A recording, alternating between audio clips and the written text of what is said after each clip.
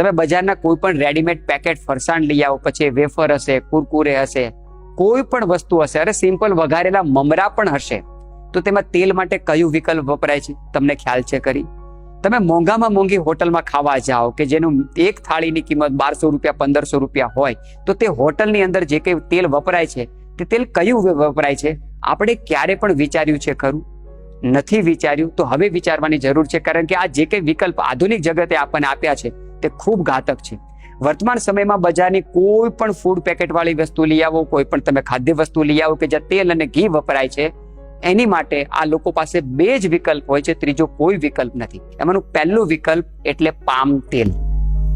કોઈ પણ પેકેટ વાળી વાનગી લઈ આવજો, એના ઇન્ગ્રેડિયન્ટ વાંચજો કે તેમાં તેલ રૂપે કયું તેલ વાપરવામાં આવ્યું છે, તો 100% પામ તેલ હશે. વિકલ્પમાંનું પ્રથમ વિકલ્પ વપરાય છે એટલે પામ તેલ.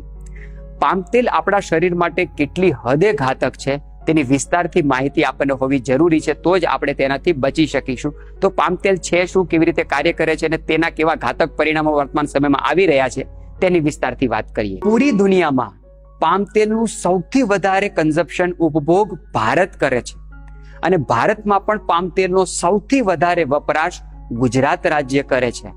એટલા માટે ગુજરાત રાજ્યમાં નાની નાની ઉંમરના બાળકોને પણ હાર્ટ એટેક આવવા લાગ્યા.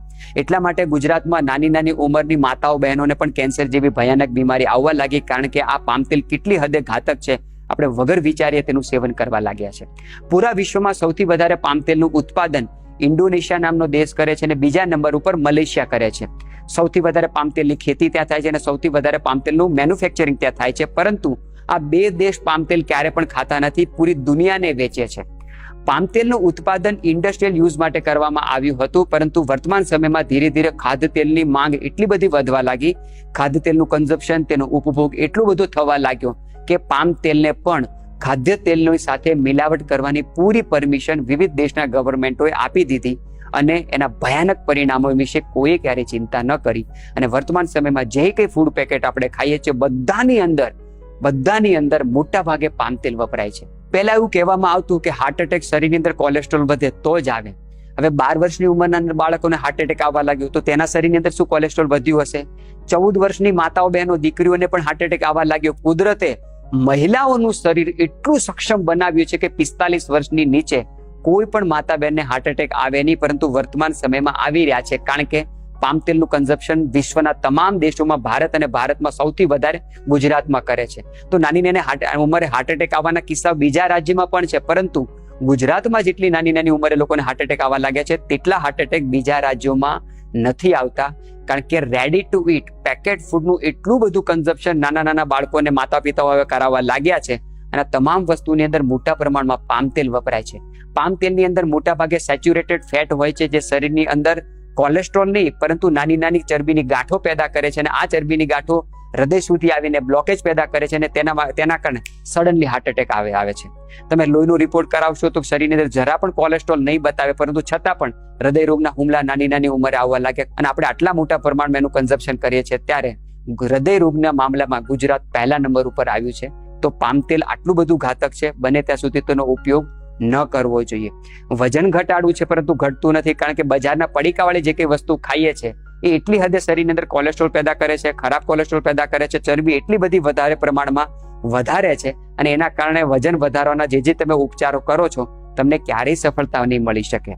પામ તેલ મોટા ભાગે જે દેશોની અંદર ખૂબ ઠંડી પડતી હતી એ દેશોની અંદર સુવરોને ખવડાવવામાં આવતું હતું, કારણ કે જે દેશોમાં ખૂબ ઠંડી પડતી હોય ત્યાં પોર્ક મીટ ખાવાનું ચલણ હોય, સુવરનું માંસ ખાવાનું ચલણ હોય. ભૂંડ ગમે એટલું ખરાબ હોય, પરંતુ તેના માંસની એક ખાસિયત એ છે કે તેનું માંસ ગરમ બહુ હોય. તો જે દેશોની અંદર ખૂબ ઠંડી પડતી હોય, -35 -40 ડિગ્રી ટેમ્પરેચર થઈ જતું હોય, એવા દેશોની અંદર પોર્ક મીટ સુવરનું માંસ ખવડાવવામાં આવે, અને સુવરની અંદર ચરબી વધે એટલા માટે એને પામ તેલ ખવડાવવામાં આવે. જે વસ્તુ સુવરની ચરબી વધારે એના માટે એને ખવડાવવામાં આવતું, તો તે જ પામ તેલ હવે આપણે ખાઈએ તો આપણું વજન શા માટે ન વધે? વજન વધે જ. તે શરીરની અંદર બેડ કોલેસ્ટ્રોલ વધારે છે. આપણે જ્યારે લિપિડ પ્રોફાઇલ કરવા જઈએ છીએ ત્યારે LDL, VLDL, LDL અને ટ્રાઇગ્લિસરાઇડ જે સૌથી વધારે ખરાબ કોલેસ્ટ્રોલ છે એ કોલેસ્ટ્રોલ એટલે ટ્રાયગ્લિસરાઇડ. પામ તેલ જ્યારે આપણે ખાઈએ છીએ ત્યારે તેનું સારી રીતે પાચન થતું નથી ને તે આપણા શરીરની અંદર ખૂબ ઊંચા પ્રમાણમાં બેડ કોલેસ્ટ્રોલ એટલે ખરાબ કોલેસ્ટ્રોલ ટ્રાયગ્લિસરાઇડ છે તે વધારે છે અને એના કારણે અનેક બધી બીમારી સર્જે છે. આપણે જે કંઈ ઘી તેલ વાળી વસ્તુ ખાઈએ છીએ તે ઘી તેલનું પ્રોપર રીતે પાચન કરવાની જવાબદારી આપણા એક અંગે સ્વીકારી છે જેને આપણે લીવર કહીએ છીએ. ઘી તેલનું પાચન કરવા માટે આપણા શરીરનું આ અંગ અવિરતપણે કાર્ય કરે છે, પરંતુ જ્યારે પણ આપણે પામ તેલથી તળેલી કોઈ પણ વસ્તુ ખાઈએ છીએ ત્યારે તેને પચાવવા માટે લીવરને સામાન્ય કરતા 4 ગણી મહેનત કરવી પડે છે અને એના કારણે હેપેટાઇટિસ એ, હેપેટાઇટિસ બી, જોન્ડિસની તકલીફ, કમળાની તકલીફ આવી અનેક બધી સમસ્યાઓ સર્જાય છે પામ તેલના કારણે. આપણે જે કંઈ ભોજન લઈએ છીએ તે 7 વસ્તુમાં ડિવાઈડ થાય છે, રસથી લઈને સ્પર્મ સુધી. પરંતુ જ્યારે મોટા પ્રમાણમાં પામ તેલ આપણે કન્ઝમ્પશન કરીએ છીએ ત્યારે રસ, રક્ત, માંસ અને મેદ પછીની જે કંઈ ધાતુ બનવી જોઈએ, અસ્થિ બનવી જોઈએ, મજ્જા એટલે કે બોન મેરો બનવા જોઈએ, સ્પર્મ ઉત્તમ ગુણવત્તાનું બનવું જોઈએ, એ બની શકતું નથી. તો મોટા પ્રમાણમાં પામ તેલ જ્યારે આપણે ખાઈએ છીએ ત્યારે ખાસ કરીને યુવાનોમાં શુક્રાણુઓની ઉણપ ખૂબ સર્જાવા લાગી, કારણ કે પામ તેલનું જ્યારે આપણે કન્ઝમ્પશન કરીએ છીએ ત્યારે એ રસ, રક્ત, માંસ, મેદ સુધી તો વધશે, પરંતુ અસ્થિ નહીં બનાવે, અસ્થિ મજ્જા નહીં બનાવે અને શુક્ર એ બિલકુલ નહીં બનાવે. તો વર્તમાન સમયમાં જો તમે ઈચ્છતા હોય કે તમારું વીર્ય ઉત્તમ ગુણવત્તા વાળું બને તો પામ તેલ ઉપર પૂર્ણ વિરામ મૂકે પામ તેલનો ઉપયોગ આપણે બિલકુલ ન કરીએ. પામ તેલ દ્વારા બનેલી કોઈ પણ વસ્તુ આપણે ખાઈએ છીએ ત્યારે તે આપણા સ્વાદુપિંડને, પેનક્રિયાઝને સારી રીતે ઇન્સ્યુલિનનું સિક્રેશન કરવા માટે અવરોધ પેદા કરે છે અને એટલા એના માટે ગુજરાત રાજ્યમાં નાના બાળકોને પણ ડાયાબિટીસ આવવા લાગી. અને આ વધારે પ્રમાણમાં પામ તેલનો ઉપયોગ કરીને જે કંઈ ડાયાબિટીસ આવે છે તે ઇન્સ્યુલિન ડિપેન્ડન્ટ ડાયાબિટીસ છે. ગોળીઓ ખાવાથી કામ નહીં ચાલે. નાના બાળકોને ઇન્જેક્શન લેવા પડે છે ઇન્સ્યુલિનના. અને આટલી નાની ઉંમરથી જો બાળકને તમે ઇન્સ્યુલિન ચાલુ કરશો, એ બાળકની જિંદગી કાચની બોટલ જેવી થઈ જાય અને ખૂબ સંભાળીને રાખવી પડે. તો આવી હદે બાળકોનું આયુષ્ય ન બગડે તો પામ તેલ ઉપર પૂર્ણ વિરામ મૂકીએ. આપણે બાળપણની અંદર આપણે ખબર છે કે દિવાળી ઉપર આપણે નાનખટાઈસ બનાવતા. આપણે લોટ, ખાંડ, ઘી આપણે જાતે લઈને જતા હતા અને કોઈ પણ બેકરી ઉપર આપણે નાનખટાસ બનાવતા અને આપણે લઈને આવતા હતા. કોઈ પણ વડીલને પૂછજો કે જ્યારે નાનખટાસ બનાવી હોય ત્યારે જેટલા પ્રમાણમાં તમારી પાસે લોટ છે એનાથી થોડા ઓછા પ્રમાણમાં ઘી જોઈએ. એટલે કે આટલી ઊંચું કિંમતનું ઘી નાખીને જે કે નાનખટાસ આપણે બનાવતા હતા અને એનું સેવન કરતા હતા. અને વર્તમાન સમયમાં આટલી સસ્તી બિસ્કીટો વેચાય છે, માખણિયા બિસ્કીટ વેચાય છે, ખારી વેચાય છે, ટોસ વેચાય છે, નાનખટાસ વેચાય છે. આટલી સસ્તી કિંમતમાં શા માટે વેચાય છે? કારણ કે એમાં કોઈ ચોખ્ખા ઘી તેલ વપરાતા નથી, 100% પામ તેલ જ વપરાય છે. તો બજારની જે કઈ વસ્તુ આપણે ખાઈએ છીએ કે જેમાં ઘી અને તેલ છે એમાં પ્રથમ વિકલ્પ રૂપે પામ તેલ જ વપરાય છે. બીજો વિકલ્પ સાંભળવા માટે તમારું કાળજું, તમારું હૃદય થોડું મજબૂત કરી લેજો, કારણ કે બીજો વિકલ્પ એટલો બધો ઘાતક છે કે જે સભ્ય સમાજના ગાલ ઉપર એક જોરદાર તમાચો છે, જે આપણે બધાએ ખાધો છે અને એ આપણે સમજવાની પણ જરૂર છે. આપણે બધાએ હરિત ક્રાંતિ સાંભળી હશે કે હરિત ક્રાંતિમાં ગ્રીન રિવોલ્યુશન થયું, બધી જગ્યાએ હરિયાળી પેદા થઈ, ખેતી ક્ષેત્રે બહુ સંશોધનો થયા. હરિત ક્રાંતિએ આટલો બધો વિકાસ કર્યો અને આપણે ખેતીનો સત્યાનાશ કર્યો. એવી રીતે શ્વેત ક્રાંતિ આવી, મોટી મોટી ડેરીઓનું સર્જન થયું, પશુપાલકોનો ખૂબ વિકાસ થાય એવા સપના દેખાડવામાં આવ્યા, ડેરી ઉદ્યોગ ખૂબ ફૂલો ફાલ્યો અને એના કારણે ડેરી ક્ષેત્ર પણ મોટા પ્રમાણમાં કોમર્શિયલાઇઝેશન થયું અને એના કારણે દૂધની ગુણવત્તા પણ નષ્ટ પામી, મિલાવટવાળા દૂધનો ખૂબ ક્રેઝ ચાલ્યો.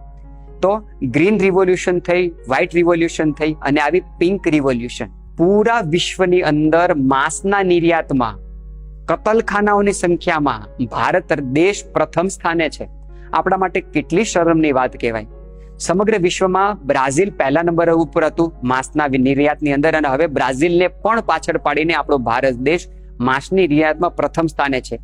વિશ્વમાં સૌથી વધારે કતલખાના ભારતમાં છે. આટલી મોટી સંખ્યામાં જ્યારે ગાય, ભેંસ, સુવરો, પાડાઓ કપાય ત્યારે એનું માંસ વેચાઈ જાય, ચામડું વેચાઈ જાય, હાડકા વેચાઈ જાય, ચામડું વેચાઈ જાય, બધું જ વેચાઈ જાય. પણ એના 3 અંગો એવા હોય છે કે જેની અંદર તેલ હોય અને આ તેલ વર્તમાન સમયમાં અનેક જગ્યાએ ખાદ્ય વસ્તુઓમાં પણ વપરાય છે. એનું લાર્જ ઇન્ટેસ્ટાઇન એટલે કે આંતરડું, એનું ચામડું અને એના હાડકા, આ 3 વસ્તુને ઊંચા તાપમાને ગરમ કરવામાં આવે ત્યારે એની અંદરથી ચરબી, જેને આપણે જિલેટિન પણ કહીએ છીએ, જેને આધુનિક ભાષામાં મટન ટેલો પણ કહેવામાં આવે છે, એ હવે વપરાય છે.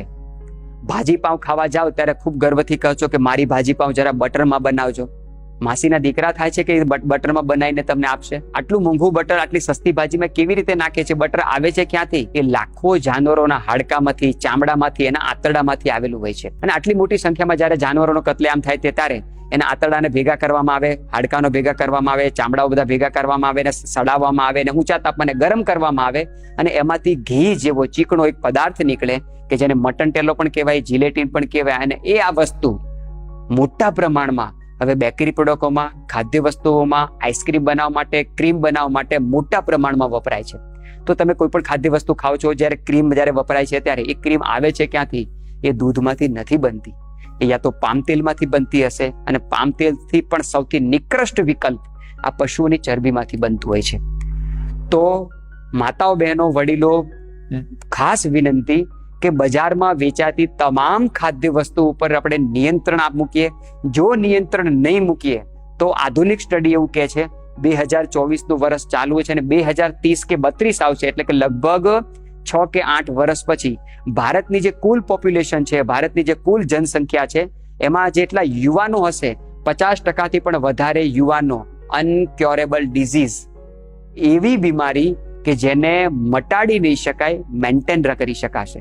ડાયાબિટીસ જિંદગીભર દવા લેવાની, બ્લડ પ્રેશર જિંદગીભર દવા લેવાની, એક વખત હૃદયરોગનો હુમલો આવ્યો, ઇસ્પ્રિન જિંદગીભર દવા લેવાની, કેન્સરની બીમારી આવી, ઇલાજ થયા પછી જિંદગીભર દવા લેવાની. કારણ કે આપણે એટલી હદે આપણે આ બધું પોઈઝન આપણા શરીરમાં નાખી રહ્યા છે, અને આવનારી જનરેશન આવી મહાભયાનક બીમારીનો ભોગ 100% બનશે. જો તમે ઈચ્છતા હોય કે તમારું બાળક યંગ થઈને આવી બીમારીનો ભોગ ન બને, તો પૂરો પ્રયત્ન કરીએ કે ઘરની જ વસ્તુ ખાઈએ.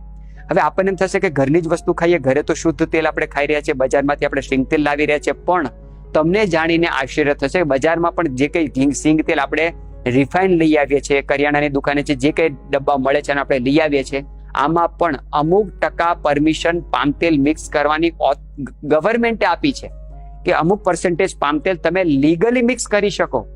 જરા વિચાર કરીએ કે આટલું બધું ઘાતક વસ્તુ જ્યારે લીગલી મિક્સ થતું હોય છે, ત્યારે અનલીગલી કેટલી હદે આ બધી વસ્તુ મિક્સ થતી હશે. તો આ બધા ઉપર નિયંત્રણ લાગવું હોય, શુદ્ધ તેલ, ઘાણીનું તેલ જ ખાવાનો આગ્રહ રાખીએ. જે કઈ વસ્તુ બનાવી હોય ઘરે શુદ્ધ ઘાણીના તેલમાંથી, સિંગના તેલમાંથી, તલના તેલમાંથી અને રિફાઇન તેલમાંથી જ ઘરે બનાવીને બાળકોને ખવડાવવાનો આગ્રહ રાખીએ. તો તમામ માતા પિતાને વિનંતી, પરિવારોને વિનંતી કે આવનારી જનરેશનને જો સુરક્ષિત રાખવા માંગતા હોય, બજારમાં કોઈ પણ એવી વસ્તુ વેચાય છે કે જ્યાં ઘી અને તેલ વપરાય છે, એ ક્યારે પણ કન્ઝપ્શન ન કરીએ, એનો ઉપયોગ ન કરીએ. બાળકોને કન્વિન્સ કરીએ કે કેટલી ઘાતક વસ્તુ છે, એવું વાતાવરણ ઊભું કરીએ, એવી ચર્ચાનો વિષયો બનાવીએ, આના વિશે ચર્ચાઓ કરીએ, અને આ વિડીયોને વધારે લોકો સુધી શેર કરીએ, જેથી કરીને આ માહિતીથી બધા અવગત થાય. તો જ આપણે આપણા રાજ્યને, આપણે આપણા રાષ્ટ્રને સક્ષમ અને સુરક્ષિત બનાવી શકીશું. સૌને જય હિન્દ, વંદે માતરમ.